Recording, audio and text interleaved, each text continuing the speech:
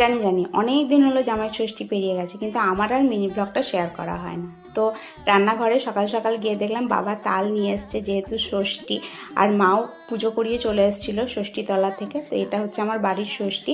তো এটাতে মা জল দিয়ে আমাদেরকে মাথায় টিপ, হাতে সুতো আর বাটো দেয়। তো এগুলো সবই মা করে নিয়েছিল, আমাদেরকে টিপ দিয়ে বাটো দিয়ে সুতো বেঁধে দিয়েছিল। তো তারপরে বাটোটা খেয়ে আমি চলে গিয়েছিলাম সোজা রান্নাঘরে দুধ গরম করার জন্য। আর মা যেহেতু উপোস করেছিল, সেহেতু মাকে বললাম যে বেশি কিছু রান্না করতে হবে না, পাঁপড় ভাজা, ডাল ভাত করে দাও। আর এই পাঁপড়টা খেতে খুব ভালো লাগে।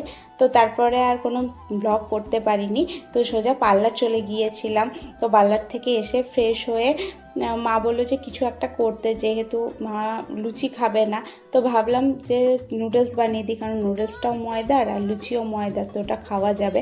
আর আমাদের বাড়িতে এমনিতে উপোস টুপোস হলে পরে নুডলসটা খাই, লুচি টুচি কেউ খেতে খুব একটা পছন্দ করে না।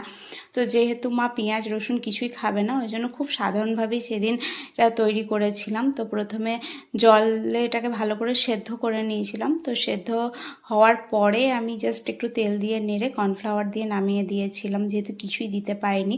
তো হঠাৎ করে দেখলাম যে মেঘ এসেছে আর হাওয়া উঠেছে। তো ভাবলাম বাইরে গিয়ে একটু হাওয়াও খেয়ে আসি। তো তা করতে করতে আমার এটা কমপ্লিটও হয়ে গেছে। বাই।